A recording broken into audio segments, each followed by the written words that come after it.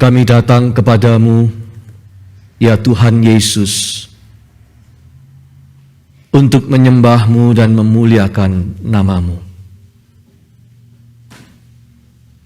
Oh, kami ingin mengalami dan merasakan sucinya hadirat-Mu, tetapi juga ingin mengalami dalam hidup kami betapa lebarnya, betapa tingginya, betapa panjangnya, dan betapa dalamnya kasih-Mu.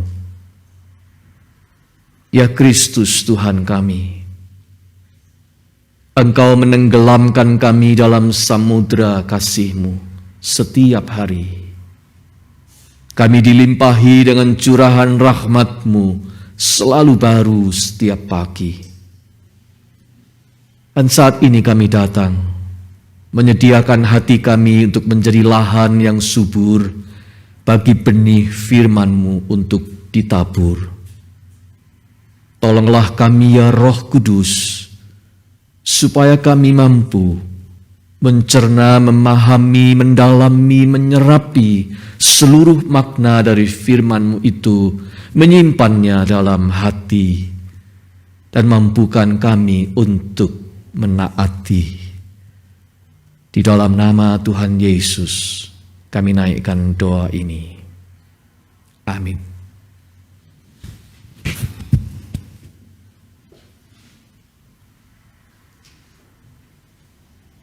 Jemaat sekalian, mari kita membaca Alkitab firman Allah yang hari ini diambil dari bacaan leksionaris Kisah Para Rasul 9 ayat 36 sampai dengan 43, yang kemudian kita tambahkan pasal 10 ayat 6. Saya undang jemaat untuk bangkit berdiri.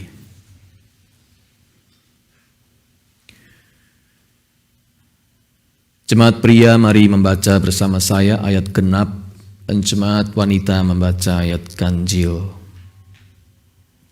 Di Yope ada seorang murid perempuan bernama Tabita, dalam bahasa Yunani Dorcas. Perempuan itu banyak sekali berbuat baik dan memberi sedekah.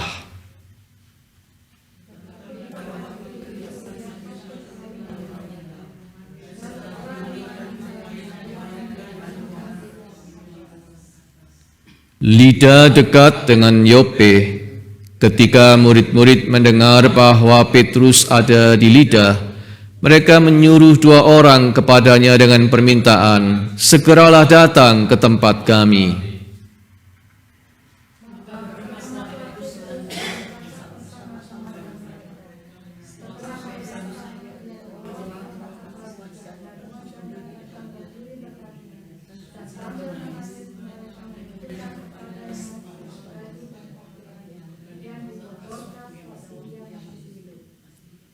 Tetapi Petrus menyuruh mereka semua keluar, lalu ia berlutut dan berdoa. Kemudian ia berpaling ke mayat itu dan berkata, "Tabita, bangkitlah." Lalu Tabita membuka matanya, dan ketika melihat Petrus, ia bangun lalu duduk.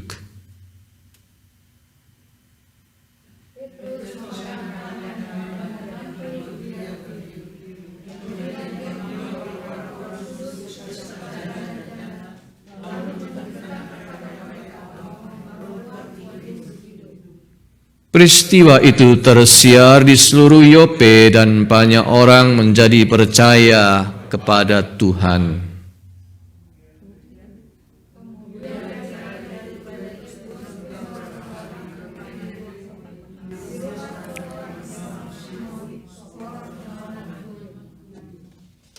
Ia menumpang di rumah seorang penyamak kulit yang bernama Simon, yang tinggal di tepi laut. Demikianlah pembacaan Alkitab. Berbahagialah kita yang mendengar firman Allah dan memeliharanya. Haleluya.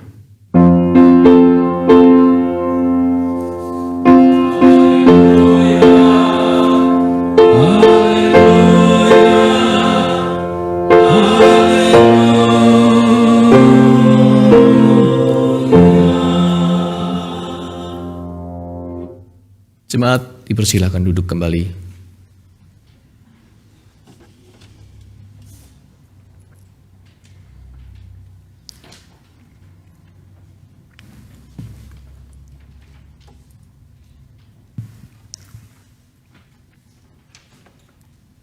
Jemaat sekalian, adalah sebuah kebahagiaan di dalam hidup ini apabila kita bisa melihat Tuhan, seeing the Lord, atau melihat Tuhan bekerja di dalam hidup kita.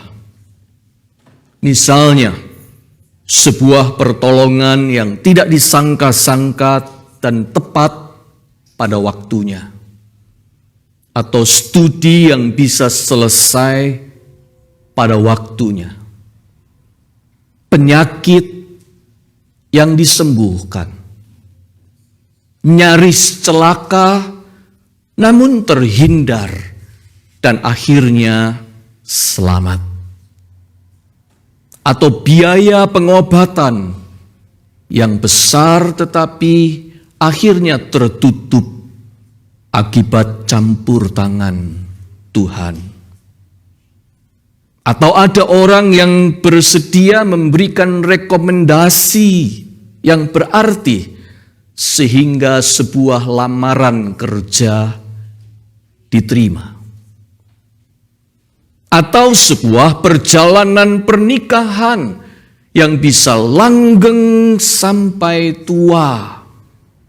Sama seperti yang terjadi pada Om Edi dan Tante Arlina, mencapai usia diamond 60 tahun. Sungguh itu pekerjaan Tuhan. Dan sebagainya. Itu sebabnya selalu ada orang-orang yang bisa memberikan kesaksian, testimoni, bahwa mereka melihat pekerjaan Tuhan dalam kehidupannya. Banyak sekali testimoni seperti ini. Mereka melihat Tuhan, seeing the Lord. Dan Tuhan itu baik, saudara-saudara. Dia membiarkan manusia bisa melihatnya melalui berbagai macam cara. Dia menyediakan bermacam-macam jalan untuk manusia bisa melihat Dia sedang bekerja. Although God works in mysterious ways, however, He still opens up many doors so we can see Him through. Hari ini, di dalam episode perjalanan Rasul Petrus di kitab Kisah Para Rasul ini, penulis kitab Kisah Para Rasul, yaitu Lukas, seperti sedang memotretkan untuk kita perjalanan spiritual dari Rasul Petrus, yaitu perjalanan spiritual Rasul Petrus mengenai topik melihat Tuhan. Seakan-akan kita diajak untuk menyaksikan the journey of seeing the Lord melalui pengalaman hidup Rasul Petrus. Mari kita mulai mencermati potret yang disajikan oleh Lukas ini. Saya mengajak Anda untuk mulai justru dari ending atau penutup cerita hari ini, yaitu ayat 43. Petrus tinggal beberapa hari di Yope, di rumah seorang yang bernama Simon, seorang penyamak kulit. Dan ada keterangan tambahan di pasal 10 ayat 6, Ia menumpang di rumah seorang penyamak kulit yang bernama Simon yang tinggal di tepi laut. Dapat kita bayangkan selama beberapa hari di rumah Simon penyamak kulit, Petrus duduk memandang ke laut lepas, karena rumah itu di tepi laut, dan merenungkan beberapa hal yang dialaminya belakangan ini. Merenungkan betapa manusia itu bisa melihat Tuhan melalui berbagai macam cara. Kita akan melihat cara pertama. Cara pertama tersingkap melalui kejadian Petrus sebelum berada di kota Yope, yaitu waktu dia masih di neighbor city-nya, yaitu kota Lida. Di situ terjadi penyembuhan atas seorang yang lumpuh sudah 8 tahun lamanya. Orang itu bernama Eneas. Dan sesudah Eneas itu sembuh, Lukas mencatat di Kisah Para Rasul 9 ayat 35, satu ayat di atas yang kita baca, begini. Semua penduduk Lida dan Saron melihat dia, melihat Eneas, lalu mereka berbalik kepada Tuhan. Artinya, orang melihat Tuhan atau pekerjaan Tuhan melalui miracle, mujizat. Eneas yang disembuhkan itu adalah sebuah mujizat. Tidak perlu disangkal, saudara-saudara. Memang begitu. Manusia itu melihat Tuhan melalui miracle. Pada lapisan paling luar, miracle itu sesuatu yang sangat kentara, bukan? So obvious. Sebuah mujizat akan mengundang decak kagum, keharuan, rasa heran, sukacita, dan rasa ingin tahu yang pada akhirnya bisa membawa orang mengenal Tuhan. Dalam kasus Eneas, untuk kesekian kalinya, Petrus menyaksikan kebenaran ini. Manusia itu melihat Tuhan melalui mujizat. And believe it or not, miracles still happen. Because God is still working. Sampai sekarang, mujizat juga masih ada. Dan ada banyak orang yang mengalami mujizat dalam hidupnya. Dan ada banyak orang yang menjadi percaya atau tambah yakin, tambah percaya akan Tuhan melalui mujizat di dalam hidupnya. Itulah cara pertama. Tuhan membuat orang melihat pekerjaannya. Miracle. Tetapi tentu saja mujizat bukan satu-satunya cara. Cara kedua tersingkap melalui kejadian berikutnya, yaitu kejadian kebetulan. Petrus ada di Lida. Tidak jauh dari situ, di Yope, ada kejadian seorang murid perempuan, orang Kristen perempuan bernama Tabita atau Dorcas meninggal.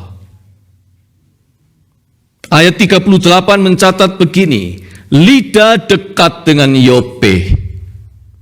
Ketika murid-murid mendengar bahwa Petrus ada di Lida, mereka menyuruh 2 orang kepadanya dengan permintaan, segeralah datang ke tempat kami. Lida dekat dengan Yope. Kejadian Petrus singgah di Lida. Dan kemudian terjadi penyembuhan atas Eneas, kembar. Kabarnya tersiar sampai ke Yope. Padahal di Yope ada kesusahan terjadi. Maka Petrus diminta datang ke situ dari Lida ke Yope yang jaraknya tidak jauh itu.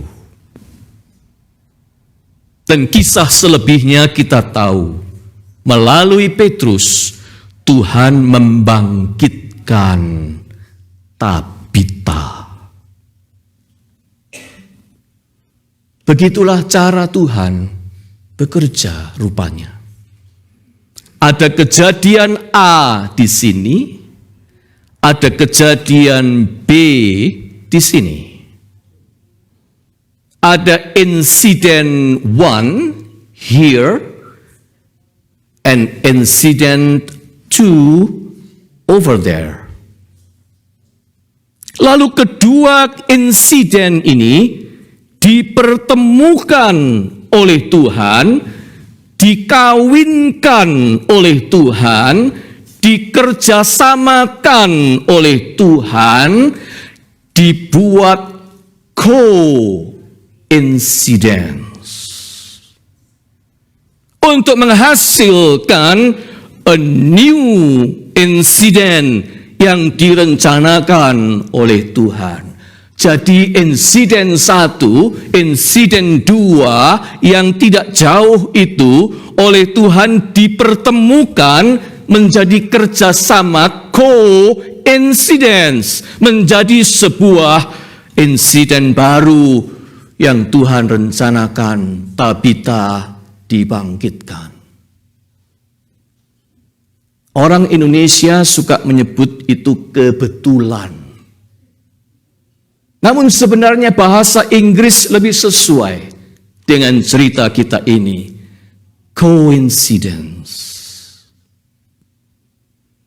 Karena Tuhan itu memang sering mempertemukan 2 insiden bahkan lebih supaya bekerja sama menjadi co-incidence untuk melayani rencananya. Jadi, coincidentally, Petrus ada di Lida. Supaya kejadian pembangkitan Tabita di kota Yope happened according to God's plan. Itulah yang namanya kebetulan di hadapan Tuhan. Coincidence. Saudara sekalian, saya yakin kita semua tahu, bahkan cukup familiar akan kebenaran ini dan pernah mengalaminya. Saya yakin. Kok ya kebetulan Tuhan izinkan terjadi begini dan begitu, sehingga selanjutnya resultnya give us favor, menguntungkan kita atau berpihak pada kita. Coincidentally, tetapi kita menikmati berkatnya. Saya yakin kita semua pernah punya pengalaman seperti itu. Kesaksian mengenai coincidence di dalam hidup kita. Peristiwa-peristiwa kebetulan yang membuat kita bisa melihat Tuhan atau melihat Tuhan sedang bekerja. Tahun tahun 1988, seorang teman saya mengajar di sebuah SMA. Harusnya dia mengajar itu penuh, setahun penuh. Tapi satu semester dia minta berhenti. Sehingga semester kedua tidak ada guru agama mengajar di SMA itu. Itu insiden 1. Insiden 2, saya baru lulus dari sekolah teologi. Saya menunggu untuk ditempatkan di dalam gereja, menunggu sinode menempatkan saya. Oleh karena itu, saya kemudian dipanggil untuk mengisi semester kedua di SMA itu di Surabaya. Jadilah saya guru agama hanya untuk semester kedua. Hasilnya adalah saya bertemu seorang gadis di situ. Salah seorang murid saya yang kelak kemudian hari menjadi istri saya.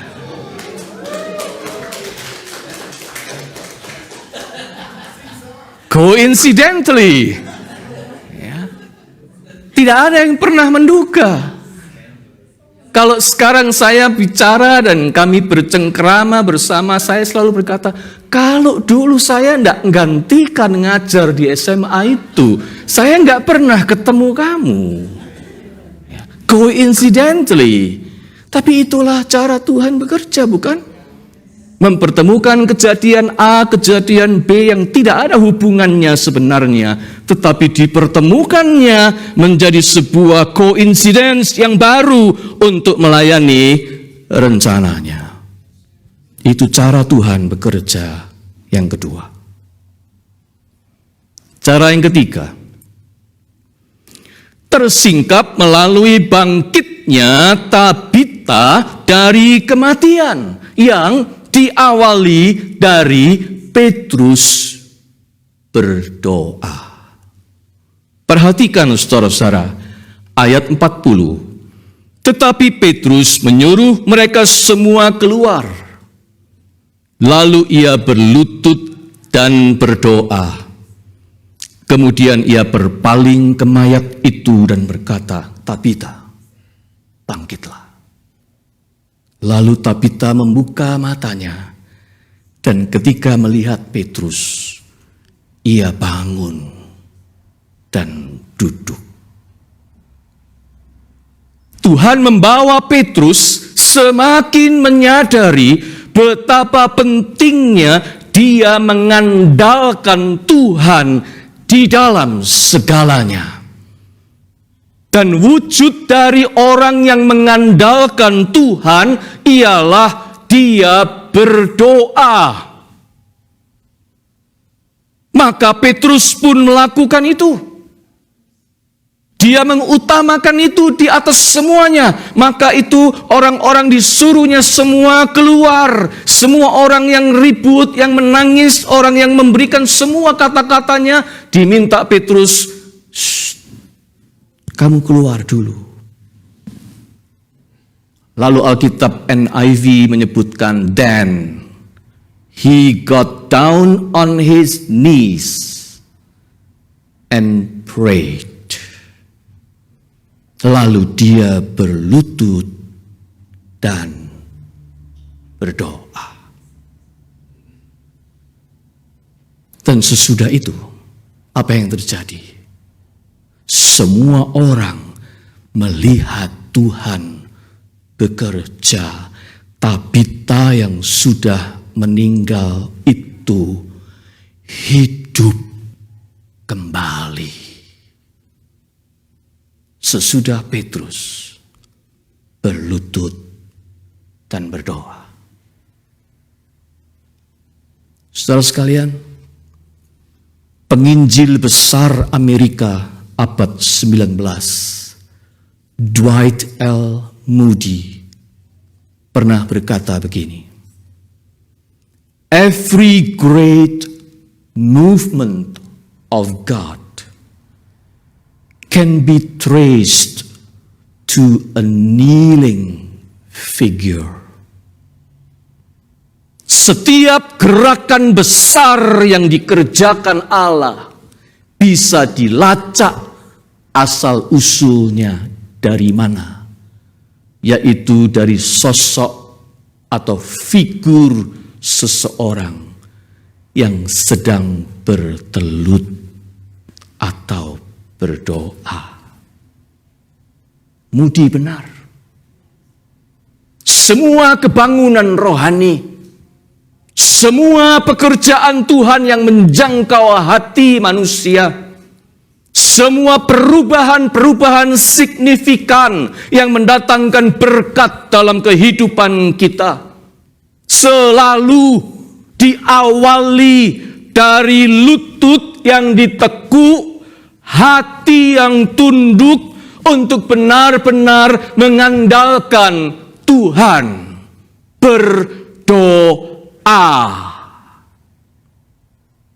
Selalu semua pekerjaan besar Tuhan yang ajaib bisa dilacak asal-usulnya selalu dimulai ada lutut yang ditekuk dan hati yang tunduk mengandalkan Tuhan dan pray.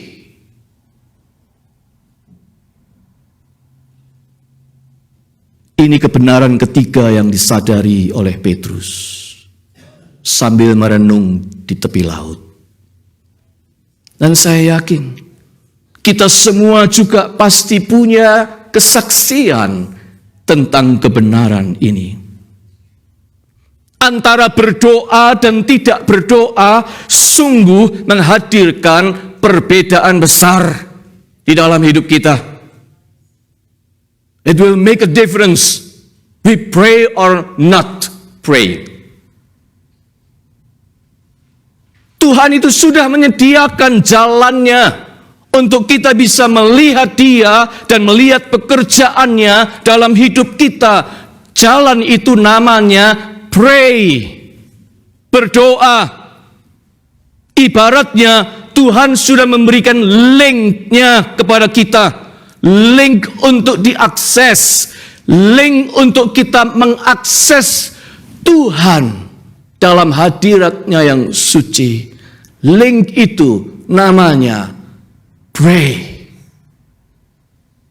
Oleh karena itu saudara-saudara, jangan lupa untuk berdoa dan jangan berhenti untuk berdoa. Seorang penginjil besar berkata, bencana yang lebih besar itu bukan doa yang tidak dijawab, tetapi doa yang tidak pernah dinaikkan. Oleh karena itu, saudara-saudara, awalilah segalanya dengan berdoa. Awali setiap pelayanan dengan berdoa. Awali setiap pekerjaan dengan berdoa. Awali setiap rencana dengan berdoa. Awali setiap hari baru dengan berdoa. Jangan hanya bekerja, sekalipun itu sungguh penting, tetapi berdoalah juga. When we work, we work. When we pray, God works.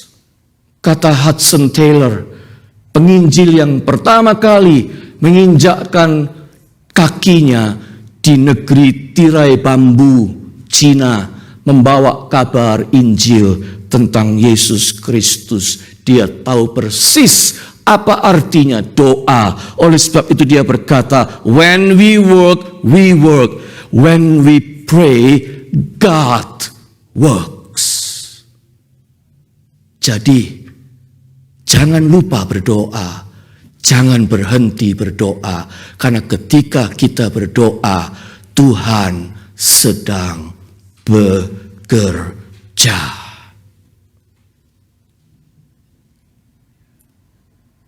Terakhir, masih ada satu cara lagi yang keempat, yang Petrus pelajari dari pengalamannya.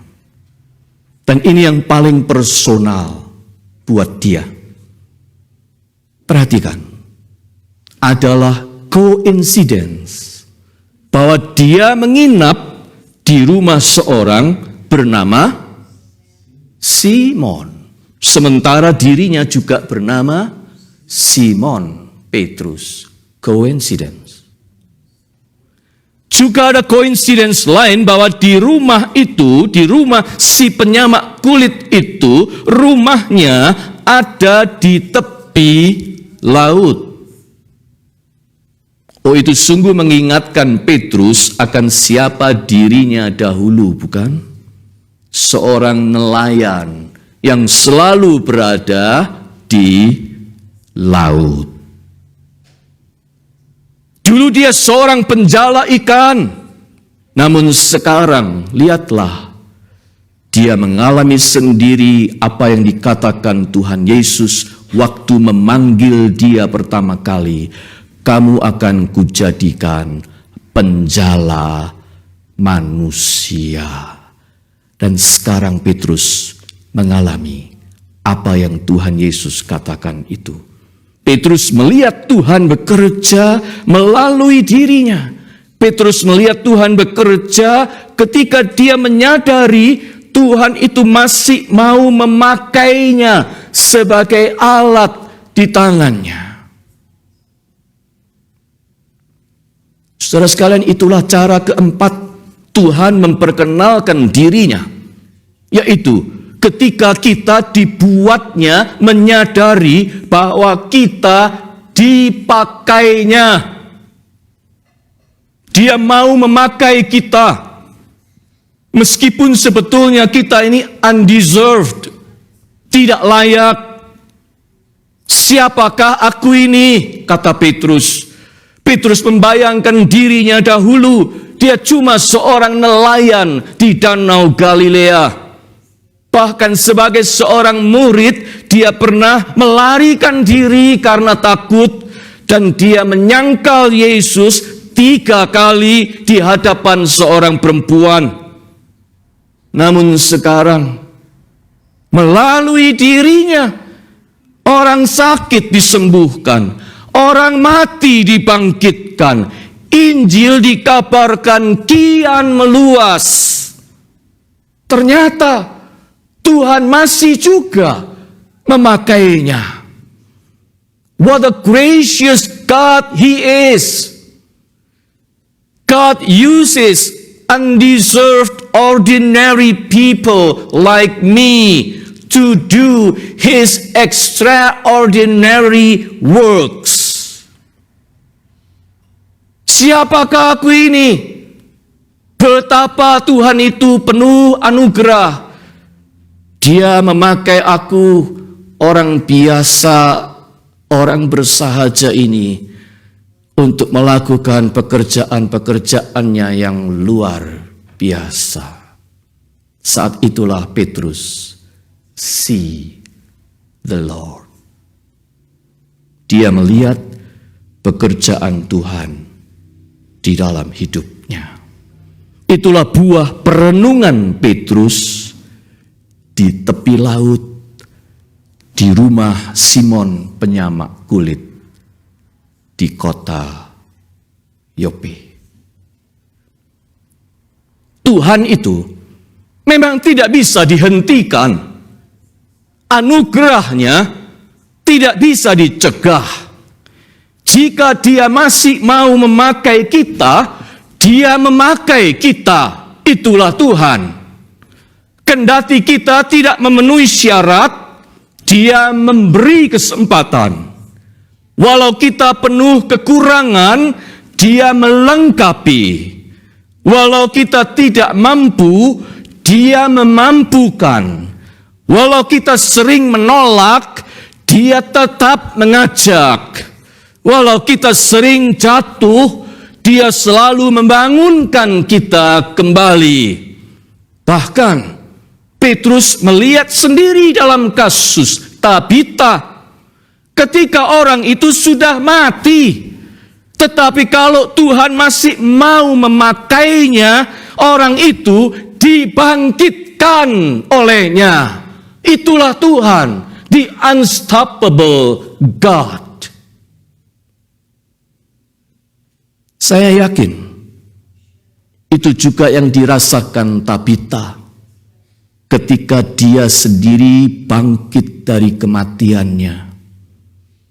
Dan dia berkata kepada Tuhan, Tuhan, ternyata Engkau masih mau memakai aku.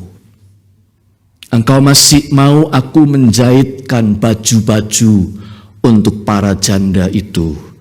Oh Lord, I will do it. I will do it, Lord. Engkau masih memberi aku kesempatan. Engkau masih mau memakai aku. Baju-baju itu masih menunggu tanganku untuk dijahit. I will do it, Lord. Saudara-saudara, sebenarnya dalam skop yang lebih kecil, tetapi patternnya sama. Setiap pagi, ketika kita membuka mata, ketika kita bisa bangkit dari ranjang, kita itu menerima anugerah yang sama dengan yang diterima oleh Tabita, bukan? Anugerah itu namanya kesempatan. Kesempatan untuk menjalani hidup satu hari lagi. Artinya Tuhan masih mau memakai Anda dan saya. Jika Anda seorang ibu, Anda tahu anak-anakmu atau anak asuhmu atau keluargamu masih membutuhkanmu. Mereka masih memerlukan suapanmu, masih menantikan belayanmu, masih merindukan pelukanmu, masih menunggu masakanmu, masih menantikan nasihatmu, pengajaranmu, dan kehadiranmu, dan doa-doamu. Dan kau sebagai ibu bangkit dari ranjangmu untuk melakukan semua itu sekali lagi dan sekali lagi, bukan? Oh, hari ini adalah Mother's Day, hari ibu. Saat yang baik untuk kita menghargai dan berterima kasih kepada para ibu kita masing-masing. Sambil mengingat betapa dalam segala keletihan mereka, dalam segala kesukaran mereka, dalam segala air mata dan perjuangan mereka, setiap pagi mereka membuka mata, mereka bangun dari ranjangnya dengan tekad untuk satu hari lagi melakukan tugas mulianya sebagai seorang ibu. Mereka berdoa kepada Tuhan, God, you give me another day more to be a mother. I will do it, Lord. I will do it. Itu yang terjadi pada semua ibu yang bangkit tiap pagi sambil menyadari bahwa aku masih diberi kesempatan to be a mother. Aku masih punya tugas untuk dilakukan.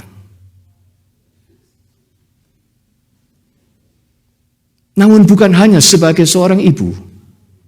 Siapapun dan apapun peran kita, saudara-saudara, jika kita masih diizinkan Tuhan membuka mata pada pagi hari dan bisa bangkit dari tempat tidur kita, dari semalaman kita tidur, itu berarti Tuhan masih memberi kita kesempatan. Dia masih mau memakai kita. Ada pekerjaan yang menanti sentuhan tangan kita. Ada perut yang harus diisi oleh upah dari hasil pekerjaan kita. Ada masa depan yang membutuhkan kerja keras kita. Ada orang yang membutuhkan kerjasama dengan kita. Ada anak-anak atau orang muda yang memerlukan teladan dari kita. Ada orang tua yang membutuhkan perhatian dan perawatan kita. Ada tangan yang perlu kita gandeng. Ada bahu yang perlu kita tepuk. Ada telinga yang membutuhkan ucapan pemompas semangat dari kita. Ada harapan yang perlu kita penuhi. Ada hati yang butuh sentuhan cinta dari kita.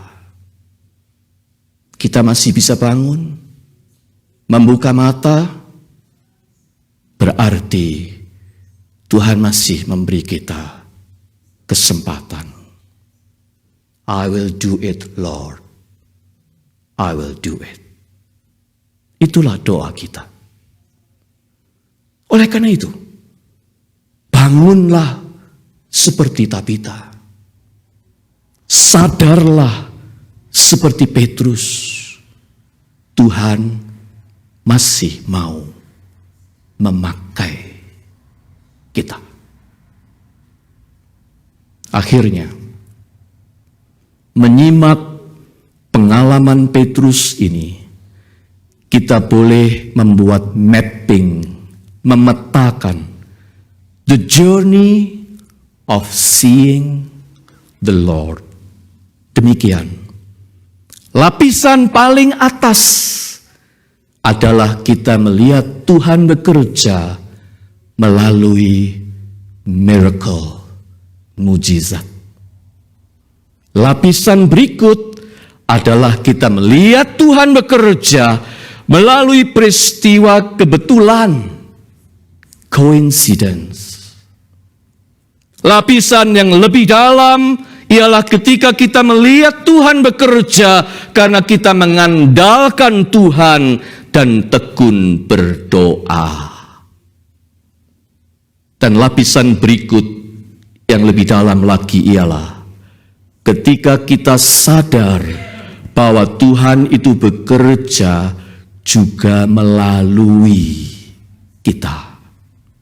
Sehingga setiap kesempatan kita masih bisa bernafas, itu adalah sebuah pesan bahwa kita masih dipakainya. Oleh karena itu, selamat melanjutkan perjalanan rohani ini. Let us continue our journey of seeing the Lord. Amin. And to you, all moms, happy Mother's Day.